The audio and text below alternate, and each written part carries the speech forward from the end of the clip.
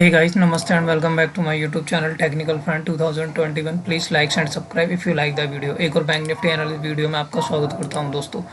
जैसा कि आप दोस्तों देख रहे हैं, लास्ट टाइम पे रिकवरी आ चुकी है तेज़ी से मार्केट में। हम जहां पे गिरे थे वहीं पे क्लोजिंग कर रहे हैं, मतलब जहां ओपन हुए थे उसी जगह करीबन हम पहुँच चुके हैं फिलहाल में मार्केट के अंदर। और ये एक वैसे तो एक कैंडल जो है, ये देखो जो मैं बता रहा हूँ आप लोगों को लगातार कि ये एक ट्रेंड लाइन है जिसका हम लगातार सपोर्ट ले रहे हैं और यहाँ से हम दोबारा सपोर्ट होकर के ऊपर जा सकते हैं। मैं पहले कह रहा था क्योंकि ऊपर से आज हम कल की छुट्टी थी जिसकी वजह से मार्केट नीचे गिरी करके ऊपर नीचे से हुई, लेकिन ये एक कैंडल हैमर कैंडल है और ये एक हैमर कैंडल जब बनती है तो एक तेज़ी का साइन बनाती है। यहाँ से मार्केट शायद तेज जा सकती है, लेकिन जिस तरह से रशिया और यूक्रेन की मार्केट चल रही है, रशिया और यूक्रेन का युद्ध चल रहा है, उसकी वजह से कुछ कह नहीं सकते कि कल ये फ्लॉप हो गई। जैसे कि लास्ट में ये रिकवरी इसलिए आई है कि रूस ने कहा है कि हम बातचीत करने के लिए तैयार हैं, हम भी ज़्यादा दिन वो नहीं कर सकते यूक्रेन के साथ, तो हम यूक्रेन से आज बातचीत शायद संभव है। इसी वजह से लास्ट में इतनी तेज़ी से रिकवरी आ गई है मार्केट के अंदर। ठीक है दोस्तों, और एकदम सपोर्ट लाइन पे से ही रिकवरी गई है। अगर थोड़ा सा भी कोई गुड न्यूज़ आ गई तो कल हम दोबारा से शायद हम इसे टच कर जाएंगे 36,800 को डायरेक्टली, अगर हम अच्छा खासा अगर कोई अच्छी खबर आ गई तो। और अब बाई द वे कोई ख़राब खबर आई, कोई ख़राब न्यूज़ आई तो हम फिर से नीचे आ जाएंगे। ठीक है, ऊपर की तरफ जैसा कि मैंने बता रखा 36,800, नीचे की तरफ तो है ही आपके सामने फिलहाल 34,000 35,000 हम मान लो सीधा सीधा सा। ठीक है दोस्तों, जैसे कि बैंक निफ्टी ओपन हुआ है आज 35,381 पे और इसने हाई लगाया 35,553 का और इसने लो लगा लिया है 34,897 का और क्लोजिंग अभी चलने वाली, देखते हो कहाँ क्लोजिंग होती है। अभी 2-4 मिनट भी है मार्केट के अंदर। ठीक है दोस्तों, लॉन्ग टर्म का मैंने आपको बता दिया, सपोर्ट ले रहे हैं। जब तक इसके सपोर्ट के नीचे नहीं जाते हैं तब तक हम ज़्यादा गिरावट नहीं देखेंगे। और कोई अच्छी खबर कल आ गई और कल हम इसके हाई के ऊपर गए, गलती से भी 553 के ऊपर गए, तो फिर हम दोबारा से 36,000 और 36,200 तक के टारगेट हम दोबारा देख लेंगे कल के अंदर। ठीक है दोस्तों, कल एक्सपायरी भी है, ये ध्यान रखना। कल के लिए देख लेते हैं, जैसा कि कल हम जहाँ हम हाई मारा था मॉर्निंग में, वहीं हाई मारकर और उसी जगह पे अभी हम लोग हैं, क्योंकि लास्ट में रिकवरी आई है अचानक मार्केट के अंदर, वो भी तेज़ी से। वो खबर आ गई थी कि रूस बातचीत करने के लिए तैयार है। ठीक है दोस्तों, अब अच्छी सिचुएशन जब बन सकती है मार्केट के लिए अब हमारे पास कि कल अगर इसी बीच में कहीं ओपन हो, यानी कि 35,550 से लेके और 35,400 यानी कि 150 पॉइंट के बीच में कहीं ओपन हो मॉर्निंग में, बहुत अच्छा ट्रेड बन जाएगा कल। और अगर इसे ओपन होकर और अच्छी खबर आ जाए और ओपन ये ऊपर ना हो, बस ये बीच में ओपन होने के बाद ऊपर की तरफ तोड़े ना 550 को, मतलब कल आपकी एक्सपायरी में अच्छा खासा पैसा बन सकता है, ये ध्यान रखना दोस्तों। अगर कल अच्छी खासी कोई न्यूज़ सही आ गई और इन्होंने सही तरीके से इसे कवर कर लिया तो एक अच्छी खासी हम मार्केट में आ सकते हैं ऊपर की तरफ। अब ऊपर कितना जा सकते हैं ये भी देख लो। ऊपर जो अब हम जा सकते हैं वो जा सकते हैं यहाँ तक, यानी आज की क्लोजिंग तक, यानी 36,300 का टारगेट हम कवर कर जाएंगे अगर हम ऊपर की तरफ गए। और नीचे की तरफ जो है, नीचे की तरफ तो मैंने आप लोगों को, अगर नीचे की तरफ तोड़ा कल हमने, नीचे की तरफ अगर 35,400 को अब हम नीचे की तरफ तोड़ते हैं तब हम दोबारा से नीचे 35,000 तक के टारगेट नीचे देख सकते हैं दोबारा से, अगर इसके बीच में ओपन होने के बाद।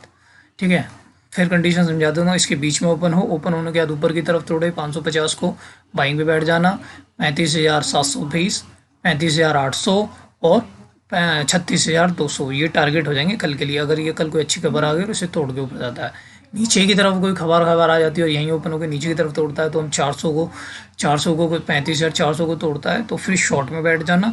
नीचे की तरफ ये दोबारा से 35,900 34,900 तक के टारगेट आपको आराम से दिखा देगा। 34,800 सॉरी 34,900 और 35,000 नीचे की तरफ। ठीक है, क्योंकि हम इसे ऊपर तोड़ के गए हैं। ठीक है, दूसरा, अगर हम ऊपर ही ओपन हो जाए, ऊपर यानी कि 200-300 पॉइंट ओपन हो जाए तो हम वेट करेंगे, इंतजार करेंगे। दूसरा मेरी स्ट्रेटेजी के तौर पे कि ऊपर ओपन हो जाए, ऊपर ओपन हो जाए ऐसे 200-300 पॉइंट, और ऊपर ओपन होने के बाद नीचे की तरफ इस ट्रेंड लाइन को दोबारा टच करें जो कल का ही था, इसको टच करें ऐसे थोड़ा सा नीचे आ जाए, पहली मिनट की 1 मिनट कैंडल, तब भी इसमें बाइंग बना सकते हैं। बाइंग बनाकर उसी कैंडल का लो का स्टॉप लॉस बनाकर बैठे रहेंगे, अगर उस लो को जैसे ही तोड़ेगा हम निकल जाएंगे। ठीक है, और नीचे खुल जाए 100-200 पॉइंट 300 पॉइंट तो नीचे सपोर्ट है अब हमारे पास 35,200 से लेके और 35,000 के बीच में, तो हम नीचे आएगा तो कंसोलिडेट होने के, जैसे ये लास्ट टाइम तक कंसोलिडेट हुआ है, ये तकरीबन 2 घंटे 1.5 घंटा इसने कंसोलिडेट किया है, फिर उस ऊपर की तरफ तोड़ा है। सेम हम नीचे की तरफ भी इंतज़ार करेंगे, जैसे यहाँ कहीं खुल जाए ओपन हो जाए तो। ठीक है दोस्तों, फिर हम देखेंगे। दूसरा एक ट्रेंड लाइन और आप लोगों को बता देता हूँ, जैसे ट्रेंड लाइन पूरा दिन इसी के नीचे ही रहा है और उसके बाद ही ऊपर गई है। मैं यहाँ एक ट्रेंड लाइन बता देता हूँ आप लोगों को। जब तक अब इस ट्रेंड लाइन को हम लोग नहीं तोड़ते हैं ना, ये वाली ट्रेंड लाइन, ये ट्रेंड लाइन है, इसको भी टच कर सकते हैं कल हम लोग, ध्यान रखना, ठीक है। इसको भी टच कर सकते हैं कल हम लोग आराम से मॉर्निंग के अंदर, ठीक है। हो जाए क्या बताओ, क्योंकि ये ट्रेंड लाइन, इस ट्रेंड लाइन, जैसे ये ट्रेंड लाइन है, आज पूरे दिन इस ट्रेंड लाइन के नीचे ही रहे, मतलब बार बार ऊपर आने की कोशिश करें, बार बार इसी को टच करके वापस नीचे चले जाएं, लास्ट में तोड़ के ऊपर गए। सेम कंडीशन अब इसकी बन चुकी है, देखो अब इसने क्लोजिंग दे दी है नीचे की तरफ थोड़ी सी, यानी कि अभी अब हमारे लिए ये हो गया 35,360 का। अगर 35,360 के नीचे जाएं, अब ध्यान रखना ये बीच में है, क्योंकि हमने इसके, हमें नहीं पता कल कहाँ खुलने वाले, हम एक अंदाज़ा लगा रहे हैं कि मार्केट कहाँ खुल सकती है, किस जगह खुल सकती है। जिस सिचुएशन से खुलेगी हम उसी सिचुएशन के हिसाब से बायर सेल करते हैं, ठीक है दोस्तों, समझ गया। दूसरा एक ट्रेंड लाइन है, इस ट्रेंड लाइन को अगर हम यहाँ कल कंसोलिडेट करने के बाद ऊपर की तरफ तोड़ते हैं ना, तो हम बहुत तेज़ी से ऊपर आएंगे। कल एक्सपायरी और है, उसका ज़रूर ध्यान रखना आप लोग। एक्सपायरी के टाइम पर आप ये ज़रूर ध्यान रखना, एक बार ऊपर की तरफ जाता है, एक बार नीचे की तरफ आता है। तो अगर मार्केट हाई ऑफ पॉइंट पे सुबह मॉर्निंग में अगर ऊपर की तरफ चली जाए तो नीचे भी आएगी, और नीचे चली जाएगी तो फिर एक बार ऊपर ज़रूर आएगी। लेकिन ये नहीं है, मार्केट को ये ज़रूर देख लेना मार्केट के अंदर कि मतलब कल रूस और यूक्रेन की क्या बातचीत हुई है, ठीक है दोस्तों। चलो देखते हैं बैंक निफ्टी के कंपोनेंट्स क्या कर रहे हैं अब। आज बैंक निफ्टी के कंपोनेंट्स ने भी बहुत कंडीशन ख़राब कर दी थी, जैसे HDFC बैंक 4.5% नीचे के करीब चला गया था। एक बात का हमेशा ध्यान रखना, बैंक निफ्टी के कंपोनेंट्स ही हमें बताते हैं कि मार्केट ऊपर जाएगी, नीचे जाएगी, कहाँ जाती है। तो इसलिए उनको हमेशा ध्यान रखो, उनके स्टॉप लॉस, उनके टारगेट, ये चीज़ें जब तक आप लोग ध्यान में रखोगे तब तक आपको कभी प्रॉब्लम नहीं आएगी, और जिन्हें ध्यान नहीं रखोगे तो फिर आपको प्रॉब्लम हमेशा आती रहेगी। इसलिए छोटे छोटे ट्रेड बनाओ और प्रॉफिट लेते रहो। AU बैंक में लगातार बोल रहा हूँ, ये इसी बीच में चल रहा है, इसका कुछ नहीं है। ये अभी 1200 तक के टारगेट दे चुका है, जब इसने कैंडल यहाँ बनाई थी तो पेमेंट का था 1200 तक के टारगेट दे चुका है, जो कि कवर हो चुका है। अगर हम इससे भी नीचे जाते हैं तो फिर हम इस लाइन पे आ जाएंगे, यानी कि 1060 तक के टारगेट देख सकते हैं। लेकिन जिस तरह से अगर रूस और यूक्रेन की अगर बातचीत हो जाती है तो दोबारा से अच्छे खासे ऊपर की तरफ ये AU बैंक दिखा सकता है टारगेट। पोजिशनल कोई भी ट्रेड नहीं लेना है, जो भी लेना है डे ट्रेड लेना है, इसीलिए मैं छोटे छोटे ट्रेडों के लिए आप लोगों से बोल रहा हूँ। मैं एक्सिस बैंक आज इसने अच्छा खासा नीचे से ऊपर बाइंग दी है, अगर ये कल 756 को निकाल देता है तो ये फिर 770 या 70 और 65 के टारगेट आपको कल ही दिखा देगा मॉर्निंग के अंदर ही, ठीक है, मतलब मॉर्निंग में ही दिखा देगा। अगर ये नीचे खुल के ऊपर जाए ना तो ज़्यादा फ़ायदा होगा। बंधन बैंक इसे छोड़ दीजिए, इसमें मेरा कोई भी नहीं है फिलहाल अभी, क्योंकि ऊपर से कट होकर नीचे आ चुका है और आज मार्केट ने रिकवरी करी, लास्ट में इसने रिकवरी नहीं करी है। फेडरल बैंक में मेरा कोई भी नहीं है, वैसे हैमर कैंडल बनाई है, कल अगर इसे ऊपर की तरफ तोड़ता है तो उसमें बाइंग बना सकते हैं। HDFC बैंक इसी ने सबसे नीचे आने, मैंने लगातार बोल रहा था जिस दिन भी ये अपने इस सपोर्ट के नीचे जाएगा तो हम एक बार को 1350 1360 तक के टारगेट दे सकते हैं। उसने एक ही दिन में दे दिए, मुझे उम्मीद नहीं थी कि इससे भी, क्योंकि कल ही मैंने बताया था एक कैंडल के बारे में कि एक कैंडल एक ग्राविटी कैंडल है, ऊपर या नीचे जहाँ पे भी जाएगी ये बहुत तेज़ी से ऊपर नीचे करेगी। तो एक दिन में नहीं पता था ये एक बार में 1350 1360 के टारगेट दे देगी, क्योंकि इसका जो सपोर्ट है वो भी यहीं पे ही है। ये देखो, ये था सपोर्ट इसका, नेक्स्ट ये सपोर्ट था, ये सपोर्ट के पास आके दोबारा से ले गए। अब ये एक, अगर इसके नीचे अगर अब गए ना, ये 1350 के नीचे गया तो हम 1300 और 1200 तक के टारगेट नीचे की तरफ देख लेंगे। हो सकता है अगर ऊपर की तरफ जाएगा तो अभी ये ज़्यादा से ज़्यादा ऊपर की तरफ 1420 तक के टारगेट दिखा सकता है HDFC बैंक अब यहाँ से ऊपर, क्योंकि अब ये जो सपोर्ट था वही रेजिस्टेंस का काम करेगा इसके लिए। तो ऊपर जाएगा तो नीचे की तरफ भी इसके आने के चांस ज़्यादा बनेंगे। इसके बाद ICICI बैंक, ये भी थोड़ा ऊपर नीचे हुआ, कोशिश करी, लेकिन जब से ये टूटा ऊपर से तो अब ये नीचे इसी रेंज में घूमेगा। अगर ये ऊपर की तरफ जाएगा भी तो 740 तक ऊपर जा सकता है, और नीचे की तरफ तो मैं आपको लोगों को बता ही चुका हूँ कि 700 के टारगेट नीचे दिखा सकता है, नीचे भी है। रिकवरी कई शेयरों में आई है, लेकिन इनमें थोड़ा सा पता नहीं क्यों इनमें नहीं आई है, ICICI बैंक और इनमें, लेकिन फिर भी देख लेते हैं, कोई बात नहीं।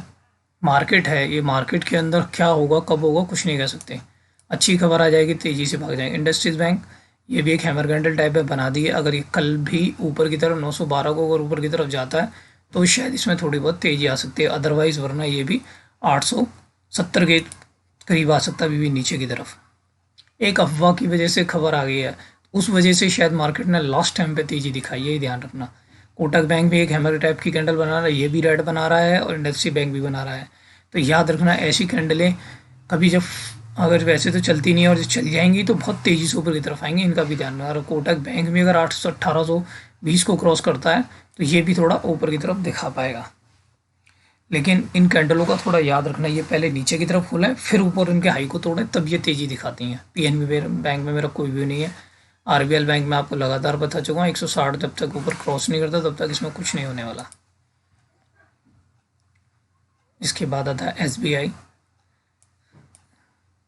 एसबीआई भी देख लो अपने टारगेट को कवर कर चुका है। अब नीचे की तरफ ये 467 का दिखा चुका है। जब ये 500 के पास था तभी मैंने कहा था, जब ये इस जगह कैंडल इसने कंसोलिडेट कर रहा था तभी मैंने कहा था अगर ये नीचे की तरफ गया तो अब ये 460 दिखा सकता है। इसने 467 का लो बना दिया, पहले भी बना के आया था ऊपर। फिर मैंने ऊपर भी कहा था कि अब ये जो इसका बार बार ये सपोर्ट ले रहा था यहाँ, अभी रजिस्टेंस का काम करेगा। इसी जगह रजिस्टेंस लिया, वापस नीचे आ गए हम लोग। तो अगर इसे नीचे ही जाना तो फिर एक बार 460 को शायद ये टच करके शायद वापस आए, या फिर एक दो दिन कैंडल बना के फिर नीचे की तरफ जाए। ठीक है दोस्तों, ये थी दोस्तों मेरी बैंक निफ्टी के अंदर एनालिसिस। अगर मेरी वीडियो आप लोगों को अच्छी लगे तो मेरी वीडियो को लाइक करें, मेरे चैनल को सब्सक्राइब करें, मेरे टेलीग्राम चैनल को जरूर ज्वाइन करें। वहाँ मैं डेली कॉल देता हूँ एक दो, जहाँ प्रॉफिट होता है। लेकिन थोड़ा बहुत यही रहता है कि जल्दीबाजी में ऐसा होता है कि मार्केट जब लिख रहे हो तो थोड़ा कभी कभी भाग जाता है। तो उस चीज़ का ज़रूर ध्यान रखें आप लोग, तो थोड़ा तेज़ी से और जल्दी से कवर करें इस मार्केट को। ठीक है दोस्तों, चलो दोस्तों ये थी आज की, कल मिलते हैं। ठीक है दोस्तों, जय हिंद जय भारत।